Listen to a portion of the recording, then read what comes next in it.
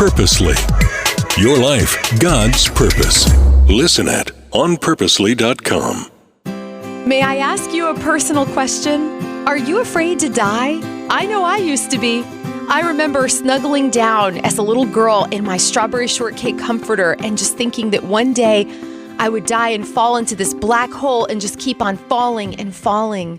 And I was so afraid of that until Jesus, the Lord Jesus, came into my life when I was 16 years old.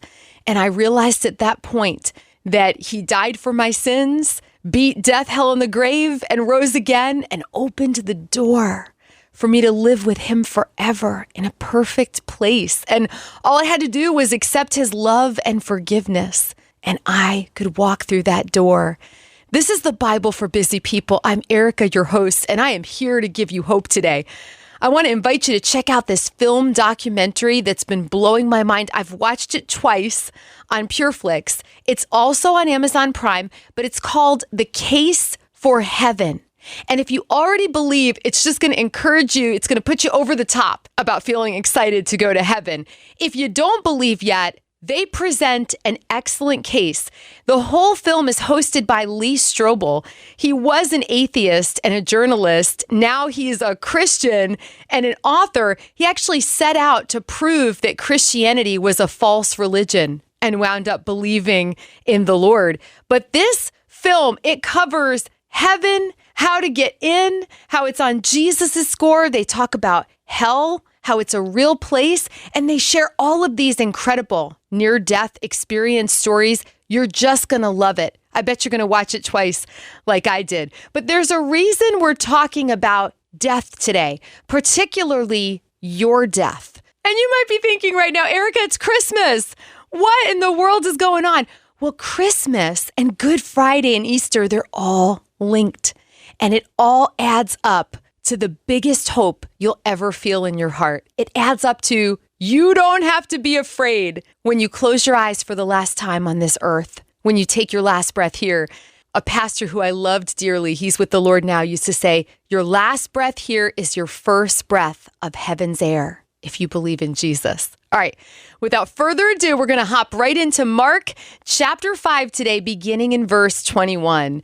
Jesus got into the boat again and went back to the other side of the lake, where a large crowd gathered around him on the shore. Then a leader of the local synagogue, whose name was Jairus, arrived. When he saw Jesus, he fell at his feet, pleading fervently with him. My little daughter is dying, he said. Please come and lay your hands on her. Heal her so she can live. You hear the heart of a father who loves his girl in those words, don't you? Jesus went with him, and all the people followed, crowding around him.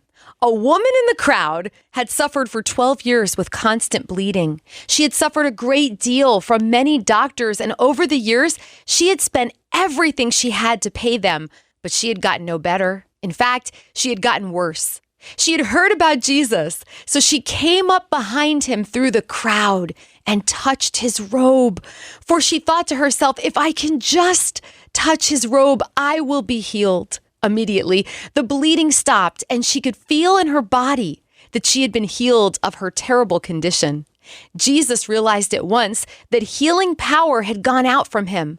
So he turned around in the crowd and asked, who touched my robe? His disciples said to him, look at this crowd pressing around you. How can you ask who touched me? But he kept on looking around to see who had done it.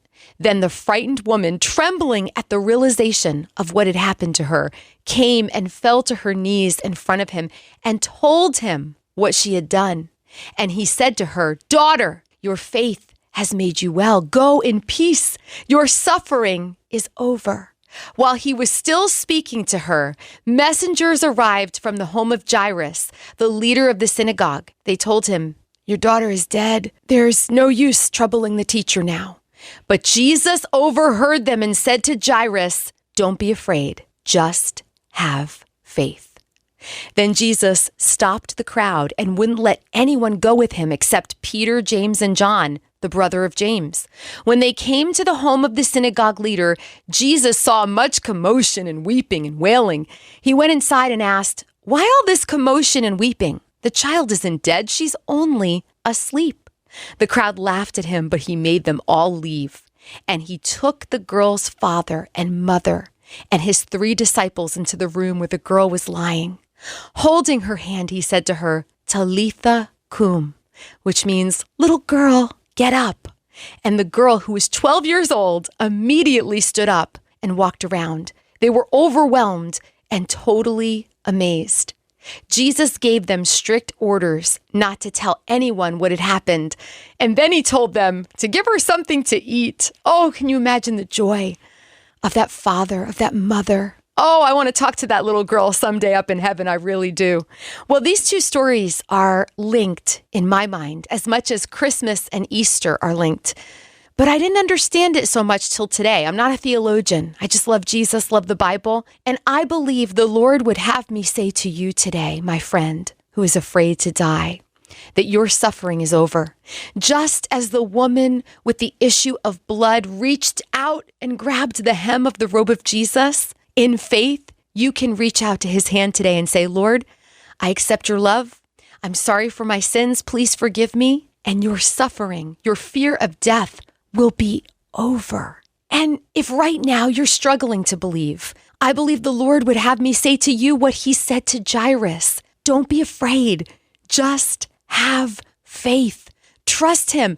Have the faith to reach out, to grab a hold of his nail-scarred hand. When Jesus was born on Christmas, it was for a very specific reason, so that he would grow up to live a sinless life and give his life for you and I on Good Friday and rise again on Easter Sunday. It is the greatest love story in the history of humankind, and you're in it because he did it for you. He did it for me. That's what Christmas is all about. You don't have to be afraid to die. Knowing where you're going makes all the difference. Knowing who you're going with, who's going to be with you at the end and say, "Little girl or little boy, get up." That makes all the difference. Until next time, you are really loved.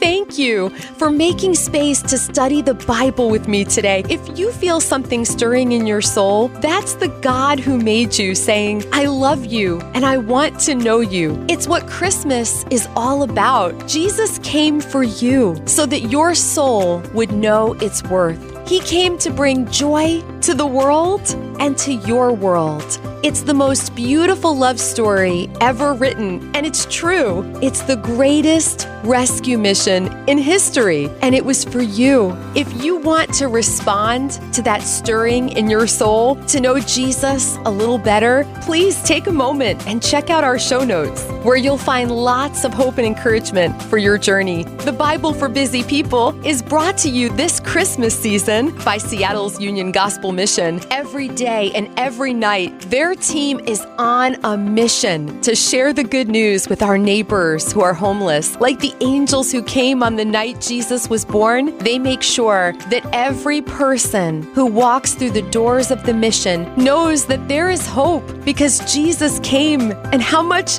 he loves them. Every person they meet on the street encounters the love of Christ through a friendly smile, a warm blanket, a cup of cocoa, and an invitation to take that next step toward healing from addiction or mental illness. If you want to be part of making sure every soul knows its worth in Seattle this Christmas, volunteer or donate at ugm.org. Thank you, and Merry Christmas. This podcast is one branch of a Christmas tree called Purposely, a network designed to connect you with life-giving conversations and to inspire you to find and live out God's purpose for your life. If you've got a pulse, you've got a purpose.